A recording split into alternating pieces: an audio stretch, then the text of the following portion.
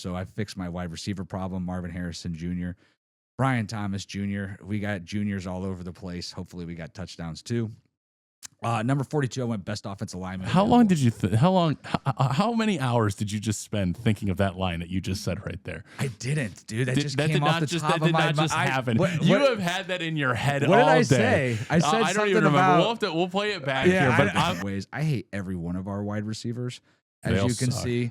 So this is my 3 starting lineup. This is my 3 receiver starting lineup right here. You're just wiping the board clean of everybody. I don't mind Isaiah Bond. What is your obsession with Caleb Downs? I just don't understand. Best player available. The defense is getting older. The offense is being built from scratch. I just need to take the best player available for the Cleveland Browns. I'm not talking about just this year. I'm looking for the future of the Cleveland Browns. Okay, that's fair. That's fair. I don't know personally if they're in a position to do something. And on top of that, you know, my opinion kind of changed on the Cleveland Browns as far as what their needs are. They went and picked up 5 offensive linemen through free agency. 4. 4, I'm sorry. And then, you know, I think the plan right now is DeJuan Jones at left tackle, unless something really sweet happens to him in the draft. I think all the hype of these tackles, like you even had after 1 weekend of the combine, nobody was even talking about Monroe Freeling up until the combine, and then all of a sudden he jumped from like 25 to 30 to top 6. I think it's all smoke. I don't think he's going to get drafted inside the top 15. I think some of these other tackles are right tackles that people are trying to put in a left tackle position. Yeah, but he's a true left tackle, though. That's the thing. I get that he's a true left tackle, but you know what happens when you go out there and you try to make a left tackle out of nothing? Because there's no dominant left tackle in this draft. But he's not nothing. He's a left tackle. But he's not a dominant left tackle. He was. Are you sure about that? I'm 100% sure. Have you checked his RAS score? Nobody talked about him until he did his athletic score at the combine. Okay. Yeah. All right. That being said.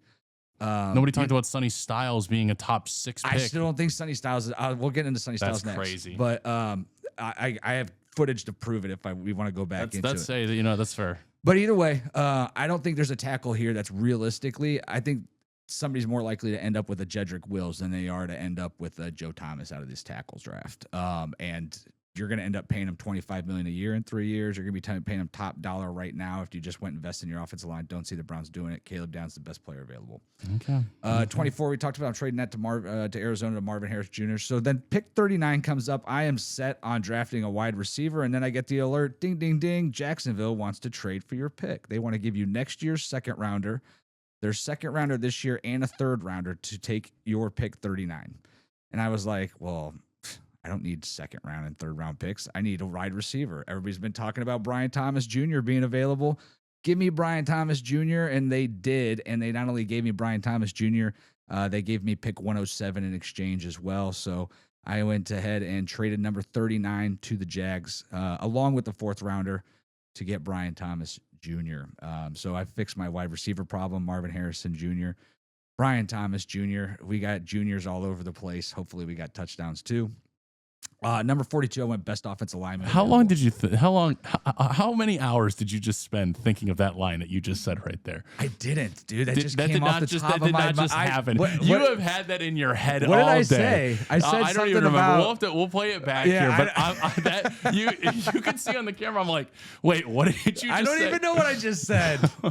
Like, comment, subscribe. You thought it was a great line. I think I said we got 2 juniors. I don't know. We got juniors all over the field. Let's hope we have some touchdowns that will go with it. I don't know. All right, number 42, the beast guard from Oregon, Manuel Pregnon. Pregnon. Yeah. Dude's an athletic freak. Could end up being a right tackle at some point in time. He's got long arms, very athletic. What was his measurements? I didn't even see. I don't know. I think he's 6'5", 345 with like 36-inch arms. Fuck. If I had to guess. Huge. Like the dude's just like crazy huge. Played guard his whole career. I think this is the guy that actually came from USC, if I'm not mistaken, played tackle at USC. But look, we need an offensive lineman. We need some guys that are going to rotate in there, whether it becomes a guard or a tackle. We have to take a couple of shots. So I picked him up at number 42. Looks like I picked 42 twice based off of my thing there. All right, so end of the second round was coming up. I didn't have another pick. I traded 70 to Seattle to pick up Zachariah Branch at the last pick of the second round. Yes, I have Marvin Harrison Jr. Yes, I have Brian Thomas Jr., but Zachariah Branch can return punts, kickoffs, be a slot receiver, kind of do it all kind of guy that I can throw in there in a couple of different ways. I hate every one of our wide receivers, as you can see. So this is my 3 starting lineup. This is my 3 receiver starting lineup right here. Just wiping the board clean of everybody. I don't mind Isaiah Bond. Isaiah Bond isn't bad. I think he could be something. He'll be a deep threat that catches the ball once in a while. You know who he reminds me of? Who's that wide receiver out of Miami that we had that had a great rookie year before like getting all kinds of caught up in drugs and everything else? It's like 5'11". He's here Baker's first year. Baker caught him deep on like 3 touchdowns. Oh man! Then he took we had to release him because he kept driving drunk or something like that. Oh man! Callaway? Is it Callaway? Antonio Callaway? Was that what it was? Nah, man. Something it was like that. it wasn't Corey Coleman either. I'm trying to. No. This guy was Anyhow, man, I'm gonna look at it actually. And then we did 4 rounds. I told Ed to do 4 rounds. So my 4th round pick, 107, Max Clare, tight end at Ohio State. Catch the ball. It was a transfer to Ohio State, which I think he had like 980 yards pass receiving over the last 2 years. How in the world did you pull that? How in the world did you think of that? What? It was Antonio Callaway. Yeah. He was in the 2018 out of the University of Florida.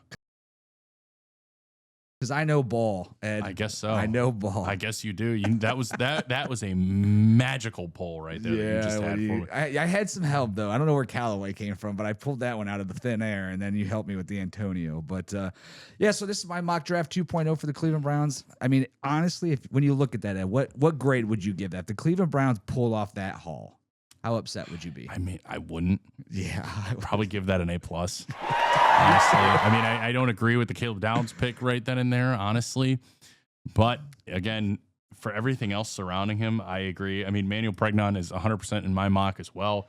I love Max Clare. I think he's a great backup tight end for what Fannin can be. Fannin can play both the slot and he can play on that. Claire's got a little bit more size to him though, because run blocker to a degree. He's only an inch taller. No, I mean more like the meat on this bones. Oh, okay. I think he's like 255. More of a traditionally built tight end. Yeah. No, and I like it. I like Brian Thomas. I think he's being shopped 100%. I don't know if Jacksonville is willing to give them an interleague rival another weapon, but I don't. I mean, we gave them Travis Hunter.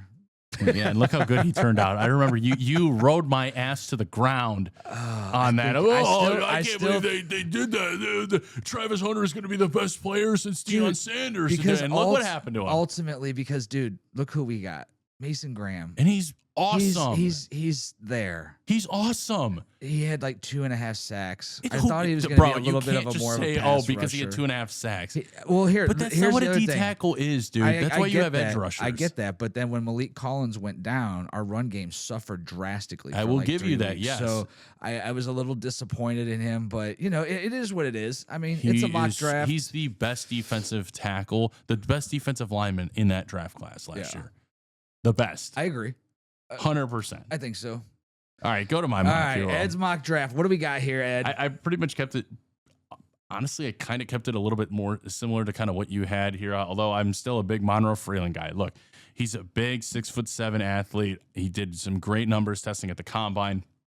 I'm 100% taking him here because you have to build that 1 weak spot. Look, we just went from 5 viewers to 0 when Ed said have Monroe Freeland. That's tough. You hate to see it. That doesn't make me wrong, actually. So when they announce his name in April, I'm going to look at you and go, ha ha, Will, I told you. Look, you don't have a left tackle. Pissed. I'm sorry, but DeJuan Jones, I can't stay healthy and is inconsistent. Same with Elton Jenkins, which is why I made the pick of Chase Basantis right there. Tevin Jenkins was a rotational backup last year. And Titus Howard, he can play both guard and tackle. So he has some versatility there. But again, you still have your left side extremely exposed and completely wide open. Yeah. So I went with the 2 best offensive linemen right there. You got to build the trenches. I want to rebuild this whole offensive line from the ground up. I went with Josiah Trotter there as well. I think he's a great athlete coming out of Missouri. You know, I like it. Obviously, he's got Trotter's a name synonymous with football, right? I think linebacker with the Eagles at one point. His father. I don't know if they're related. Yeah, definitely are. They are? Yeah, for sure related to both the Trotters that played in the NFL. Well, then we have Jake Trotter, who's the Browns media guy. I know, not related. Not related, not redacted. Honestly, if Jacob Rodriguez, he's linebacker out of Texas Jacob Tech. Rodriguez, so he was there in a couple of my mocks. I actually thought about taking him, but he's 6'1", 230, Bro, dude. You have to watch the tape. Forget his size. He is a machine. Yeah. Did you like Carson Schlesinger last year? Yeah. You like love how aggressive he is? Yeah, but okay. Schlesinger has size behind him too. He's like 6'3", 250, I think. I 248. promise you, you have to keep watching Jacob Rodriguez's tape. I'll watch him, but 30 pounds on, and we're gonna get into that, dude, because I think when you talk about athletes, we talked about Sonny Styles. I think people are putting way too much weight into some combine statistics and speed. And plays being made at the college level, and I'll show you what I mean by that later. So but at 24, I had Omar Cooper Jr. I love him. He's wide receiver. I can tell you draft him twice in both mock drafts. You have Omar. I mean, if he's there, your first two picks are actually identical in both your mock drafts. Because I'm still sticking with the plan. You need to address your offense. You need to address the wide receiver room and rebuild that. And get your number one. You need to continue to rebuild that offensive line. You think Omar Cooper's going to be a number one though? I think he has the ability to 100%. What about the fact that he played kind of weak? I mean, obviously the Indiana's in the Big Ten. He had a great quarterback, or at least, we think. Indiana, I mean, other than Ohio State and Miami there towards the end, like during the regular season, did he really have the competition that would make him a number one receiver? I don't know. It makes me nervous. I don't know. Just maybe because he's associated with Indiana. There's a lot of Indiana players getting some fucking like kudos that I think has a lot to do with Mendoza. It's rightfully deserved, though. That wide receiver room was awesome with Charlie Becker, Elijah Surratt, and Omar Cooper Jr. Yeah, Surratt's probably going to drop to like a 4th or 5th rounder, but I don't know if it was Cooper or Surratt that had a couple of big drops during the that final championship game. That can be cleaned up, though. That's, I very much Jerry think, Jeudy, if that can be cleaned up. Well, Jerry Jeudy did put a 1,000-yard season finally together at some point. You have anybody else to throw the football to. Still put 1,000 yards together for you here, okay? So then I went. Well, you messed up. I get 70. that. Okay, and then you had 70. It was Josiah. Yeah, I know, Trotter. but I was looking at. I was put looking it at there it right twice. Yep. And then I had Michael Trigg. We both went tight end. Yeah, again, you need that backup spot because Harold Fannin, can play both the wide receiver and the tight end position. You're going to run 12 personnel pretty heavily. I want a good blocking tight end, somebody that can also go out and catch good passes as well. Trigg's got good size, good athleticism. I also would have also taken here Klein from the University of Michigan. Yeah. I don't know how to say his first, or I don't know his first name, but he's a good guy. Or he's a good player, I should say. He's going to drop a little bit later into the draft. There's a couple other tight ends I would keep my eye out for. Max Clare, obviously being one of them, being a homer like Ohio State. I think he's got good ability to do pass blocking, run blocking, catching balls. So overall, I think we're kind of on the same page here. I kept it as realistic as possible because the hardest thing that me and you can do is factor in the variability. Sure. I mean, just a couple years ago, you had Michael Penix, you had, J.J. McCarthy. Those guys got drafted in what, the top 10? No, 12. like top 15, 16 picks. Well, there was all 5. 15, it was like 5 quarterbacks that went right in that draft class right there, and all of them moved up. Like, there's going to be teams that are going to move up, move down, so on and so forth. I can't account for that. Sure. I'm just going to go straight off of, honestly, what is in front of me right now and what do I have to work with.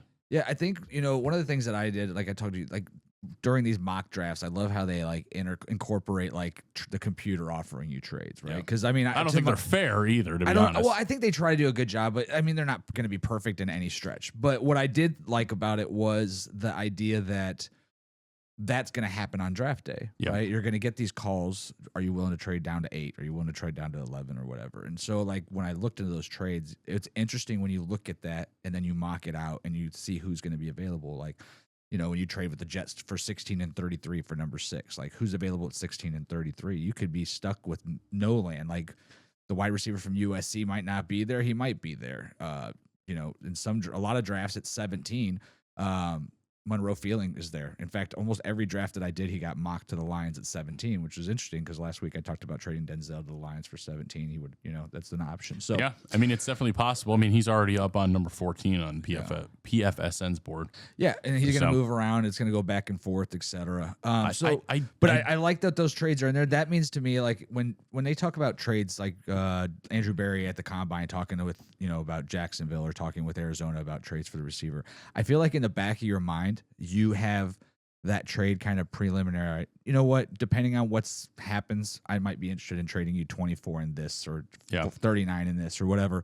And then you wait and see who falls to you at the board. Or you look at who's on the board at 19 and is it worth getting rid of 39 to move up 5 slots and get your 24 and move up from 24 to 19. Like you look at who's available at 19 is the guy that you really like there that you didn't expect to be. Yeah. So all that stuff's taken in consideration. If you're at 6, Will, what is the package that you're looking for? Let's say so one of the teams we behind talked you about call you this up. before. It depends on where I'm going. Let's say Tampa Bay calls you at 15 because they want to move up and get Styles.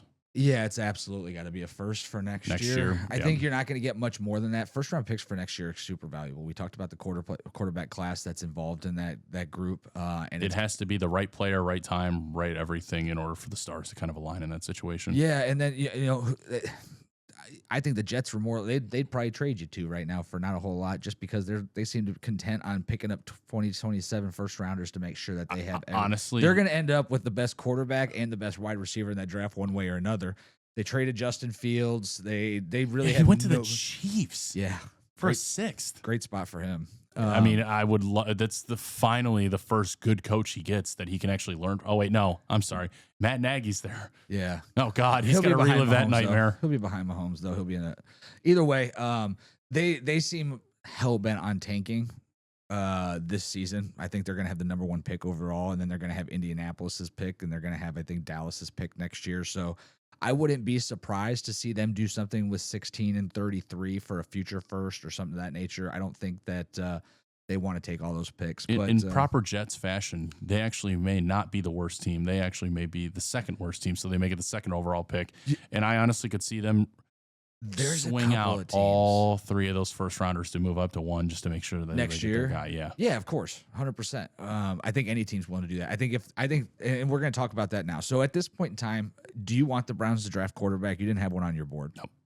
A lot of talk about Ty Simpson. How does that make you feel? Can we just address something here really quickly? You took a 5-hour energy before we went on the show. Yeah, I can tell. Yeah, you're jolted right now. Super wired. You got to let's dial it back for a second. But I'm also very passionate about. I don't want them to take Ty Simpson. I don't want them to take Ty Simpson. No, I don't. I wouldn't take any. If your guy is not there, don't force it. That's plain and simple. I mean, of course. Or if there's a guy there and you're afraid he's not going to be, trade up, move up, do the right thing. I think Barry did a great job last year. I do not want them to take Ty Simpson.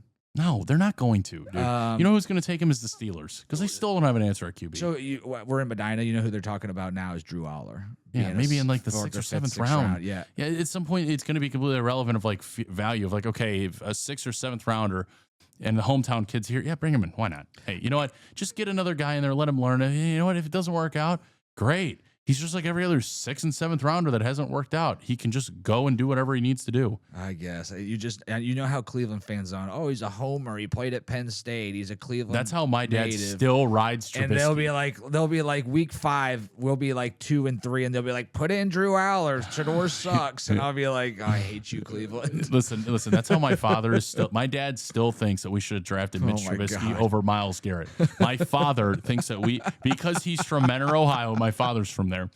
That we should take. Thinks we fucked up there. Yeah, 100%. He thinks Myles Garrett's the worst thing that ever happened to this franchise. True homer, dude. He hates him. I'm like, there's no way. You're actually saying this right now. You're fucking nuts. Like, my God. I love my dad to death. Don't get me wrong, but my God, what a stupid ass homer. Like, that's such a boomer opinion to have. It is. And so I don't think the Browns are going to draft a quarterback. I really hope they don't draft one. They're not going to. Veteran comes up, great. You want to add another cheap veteran to the room because you don't want Deshaun Watson. All of our money frees up after next season. After 2020, we still have. Believe it or not, next year we're still going to be paying like 2 or 3 of the guys that left this year. The way the cap works is so confusing to me. Yeah, but you know what? It's those voided years. It's those voided years when they, and how that works. I'm just still not 100% sure, but. Essentially, you extend somebody, they restructure the contract. They add 2 void years, which they don't have to play. They don't play for you. They're not contracted, but you pay them.